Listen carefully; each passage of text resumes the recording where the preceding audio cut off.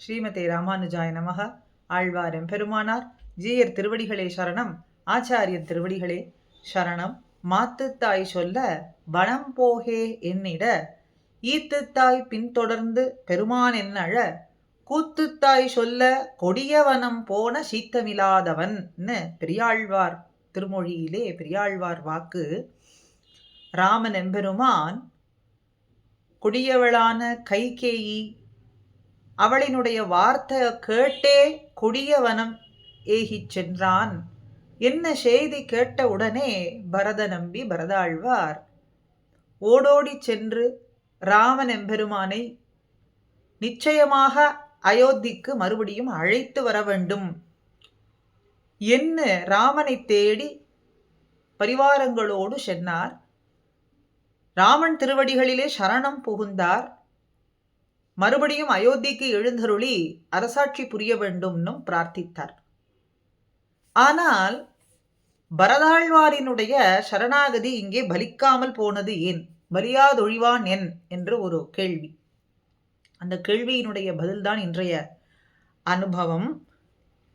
பரதாழ்வான் பெருமாளை பெருமாள்னா நம்முடைய சம்பிரதாயத்திலே ராமன் எம்பெருமானை குறிக்கின்றது. பெரிய பெருமாள் ரங்கநாதர், பெருமாள் பூஷித்தவர் அப்படிங்கிறதுனாலே பெரிய பெருமாள்னு ரங்கநாதனுக்கு நாமம்.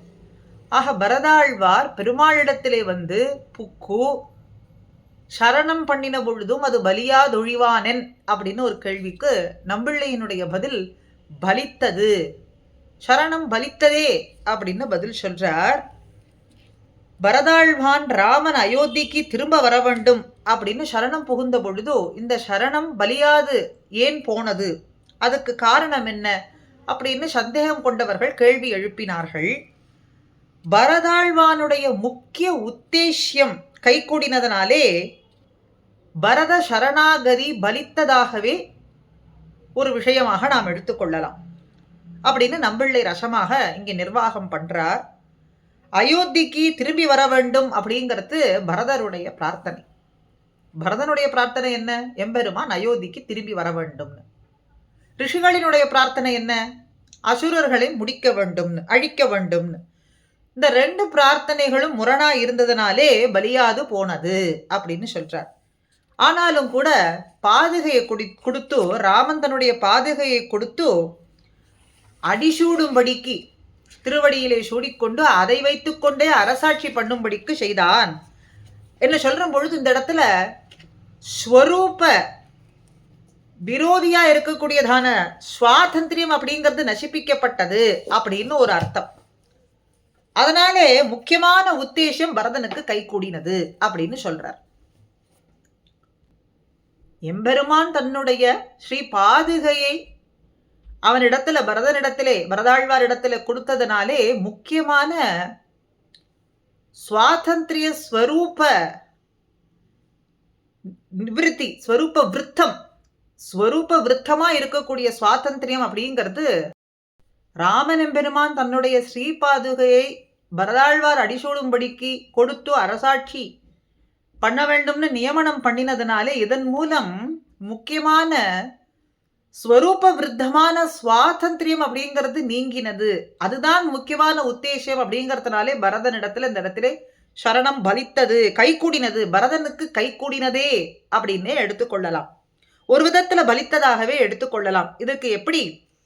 இதுக்கு ஏதாவது பிரமாணம் உண்டான்னா ராமாயணத்திலே சொல்லப்படுறது, ஆரூரோக ரதம் கிருஷ்டகா சத்ருக்ன சகிதோ பலி. பலமுடையவனான பரதன் மிகுந்த சந்தோஷத்தோடு உகப்போடு சத்ருக்னனோடு அயோத்திக்கு திரும்பினான், தேரிலே ஏறி அயோத்திக்கு சென்றான் அப்படின்னு சொல்லப்படுறது. ரதம் கிருஷ்டகா சத்ருக்ன சகிதோ பலி. அப்ப சத்ருக்னனோடு ரதத்திலே ஏறி சென்றான் அப்படின்னு பரதன் உகப்போடு திரும்பினான் அப்படிங்கிறத வலியுறுத்துகின்றது அப்படின்னு சொல்றதுனாலே இந்த பதத்தாலே பரதனுடைய சரணம் அப்படிங்கிறது ஒரு விதத்திலே பலித்ததாகவே நாம் இங்கே எடுத்துக்கொள்ளலாம். இது எப்படி மேலும் சொல்றார்கள் அப்படின்னா, உத்தமனான ஒரு கிரகஸ்தனானவன் ஒருவன் ஒரு அதிதி வந்திருக்கிறார் அப்படின்னு சொன்னா தனக்கும் தன் குடும்பத்தாருக்கும் மனைவிக்கும் ஏற்பாடு பண்ணி வைத்திருந்த அந்த உணவை அதிதிக்கு கொடுத்துவிட்டு இவர்கள் இருவரும் பட்டினி கிடப்பது போலே அப்படின்னு சொல்றார். ரிஷயோபியாகமன் சர்வே வதாயாசுர ரக்ஷசாம் அப்படின்னு அசுர ராட்சசர்களை அழிப்பதற்காக எல்லா ரிஷிகளும் சரணம் அடைந்தனர். எம்பெருமானுடைய திருவடியில, ராமன் திருவடியில எல்லா ரிஷிகளும் சரணம் அடைந்ததனாலே உத்தமானான கிரகஸ்தன் தனக்குன்னு வைத்திருந்த இந்த சோற்றை அதிதிக்கு கொடுத்து தானும் தன் குடும்பத்தாரும் எப்படி பட்டினி கிடப்பாடோ அது போல இங்கே ரிஷிகளுக்காக, ரிஷிகளினுடைய சரணாகதிக்காக, அவர்களுடைய பிரார்த்தனைக்காக, அந்த பிரார்த்தனை பலிக்க வேண்டும் என்பதற்காக தானும் பரதாழ்வானும் பிரிந்திருந்தார்கள். பட்டினி கிடந்தது அப்படின்னா இங்கே பட்டினி கிடப்பதுங்கிறது பிரிந்திருந்தார்கள் அப்படிங்கிறது இங்க சொல்றார்.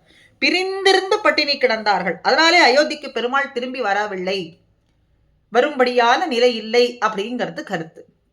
அதனாலே நம்மள இந்த இடத்துல ரசமா நிர்வாகம் பண்றது, பரதனுடைய சரணாகதி ஒரு விதத்துல பலித்தது. ஏன்னா தன்னுடைய ஸ்வரூப விருத்தமான சுவாதந்திரியம் அப்படிங்கிறது எப்போ நசிப்பிக்கப்பட்டதோ அப்பொழுதே இந்த ஜீவனுடைய பேரு கிடைத்தது. இந்த ஜீவன் பெறக்கூடிய பேரை பெற்றது. பாரதந்திரியம் அப்படிங்கிறது தானே இந்த ஜீவனுடைய ஸ்வரூபம். அப்ப இந்த திருவடி எம்பெருமானுடைய ஸ்ரீபாதுகையை அழித்து அதற்கு அதை நிலையிட்டு அதை வைத்துக்கொண்டு அரசாட்சி பண்றதுனால இவனுடைய பாரதந்திரியம் அப்படிங்கிறது இங்கே நிலைநிறுத்தப்படுகின்றது.